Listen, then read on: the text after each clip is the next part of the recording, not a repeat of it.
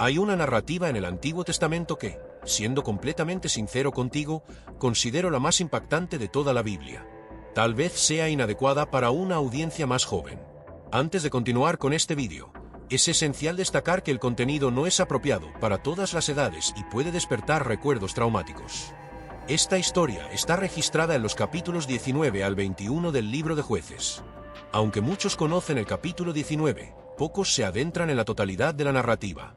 Sin embargo, creo firmemente que hay lecciones fundamentales que podemos aprender incluso de una historia tan perturbadora. Primero, compartiré los acontecimientos de manera dramática y, después, analizaremos juntos las lecciones que esta historia nos deja. Acompáñame al libro de Jueces, capítulo 19.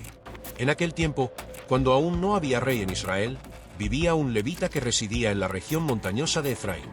Este hombre tomó como concubina a una mujer de Belén, en Judá. Es importante entender que este levita vivía en el norte de Israel, mientras que su concubina residía en el sur, en Belén. La historia continúa relatando que la mujer fue infiel al levita, abandonándolo y regresando a la casa de su padre en Belén, donde permaneció por 4 meses. El levita decidió entonces ir tras ella, viajando desde las montañas de Efraín hasta Belén, con el propósito de reconciliarse y restaurar la relación. Al llegar, el padre de la mujer lo recibió con gran hospitalidad. Durante varios días, el levita intentó regresar a casa con su esposa, pero el padre insistía en que se quedaran una noche más. Finalmente, el hombre decidió partir. Es a partir de este punto que la tragedia comienza a desarrollarse. Durante el viaje de regreso al norte, se acercaron a Jebús al anochecer. El siervo del levita sugirió que pasaran la noche en aquella ciudad jebusea, pero el levita se negó, argumentando que no se hospedaría en una ciudad extranjera. Decidieron entonces continuar hasta Gibea. Al llegar a Gibea ya entrada la noche, nadie les ofreció hospedaje. En la cultura israelita, la hospitalidad era un valor fundamental, por lo que esto resultaba sorprendente. Finalmente, un anciano los encontró en la plaza y, tras escuchar su situación, les ofreció su casa para pasar la noche. El levita agradeció y aseguró que solo necesitaban un lugar para descansar y algo para alimentar a sus animales. Sin embargo, la historia toma un giro sombrío.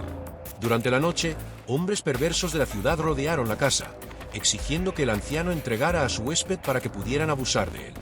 El anciano intentó disuadirlos, ofreciéndoles en cambio a su hija virgen y a la concubina del levita. Les suplicó que no cometieran tal atrocidad contra el hombre.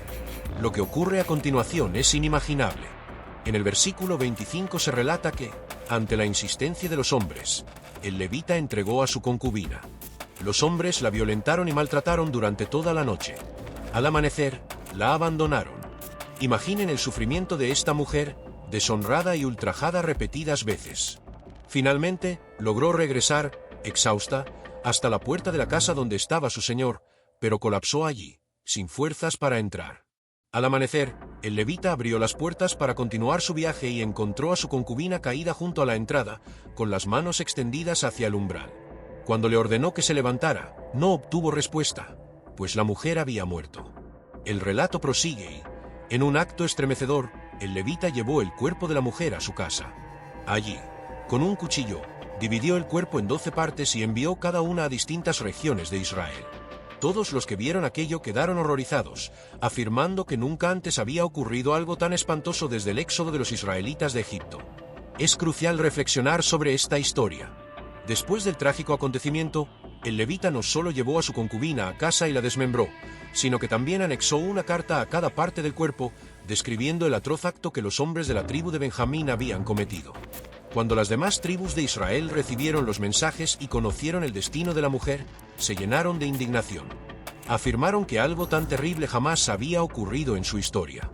Esta historia no termina aquí. Los capítulos 20 y 21 del libro de Jueces narran las consecuencias de este evento, y aún hay mucho por explorar. Quiero que juntos comencemos a extraer algunas lecciones.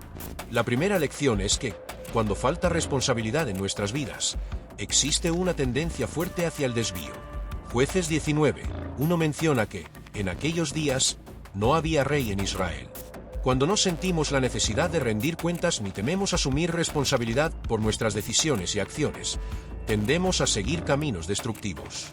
La ausencia de responsabilidad nos lleva a creer que podemos actuar de manera aislada, sin necesidad de responder ante nadie. Ese era el contexto en Israel en aquella época. No había rey. Aunque existían leyes, estas no eran respetadas ni aplicadas. El resultado fue que las personas tomaron decisiones que probablemente nunca imaginaron. Esta falta de responsabilidad contribuyó a una serie de eventos inesperados y desastrosos. La segunda parte de esta historia, que se desarrolla en los capítulos 20 y 21 del libro de Jueces, nos lleva por un camino aún más impactante y cargado de reflexiones. Después de recibir los macabros mensajes enviados por el levita, las 12 tribus de Israel se reunieron en Mizpa para deliberar sobre cómo responder a semejante atrocidad. Con el corazón lleno de indignación, exigieron que la tribu de Benjamín entregara a los hombres responsables del crimen para que fueran castigados.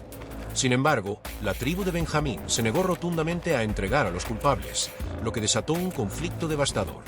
Los israelitas decidieron declarar la guerra contra la tribu de Benjamín.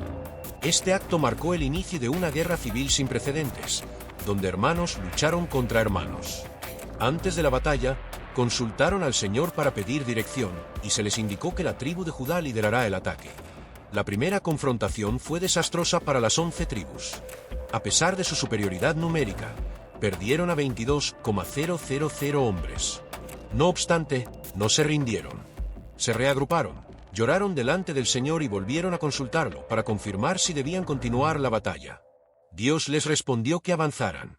En el segundo día de combate, nuevamente los benjamitas prevalecieron, matando a 18,000 hombres de las demás tribus.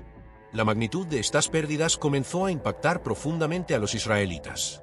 Se dieron cuenta de que, aunque buscaban justicia, estaban pagando un precio altísimo por ello. La derrota los llevó a un arrepentimiento más profundo. Ayunaron, lloraron y ofrecieron holocaustos al Señor, pidiendo no solo dirección, sino también su favor. Fue entonces cuando Dios les aseguró que al día siguiente les daría la victoria. La estrategia del tercer día fue diferente. Los israelitas prepararon una emboscada contra los benjamitas, simulando una retirada como en las batallas anteriores. Cuando los benjamitas salieron confiados para perseguirlos, los israelitas escondidos entraron en la ciudad de Gabaa, incendiándola y atrapando al ejército benjamita entre dos frentes. Ese día, la victoria fue para las 11 tribus, pero tuvo un costo devastador. De los 26,000 hombres que componían el ejército de Benjamín, solo 600 lograron escapar hacia el desierto. Todos los demás murieron en la batalla.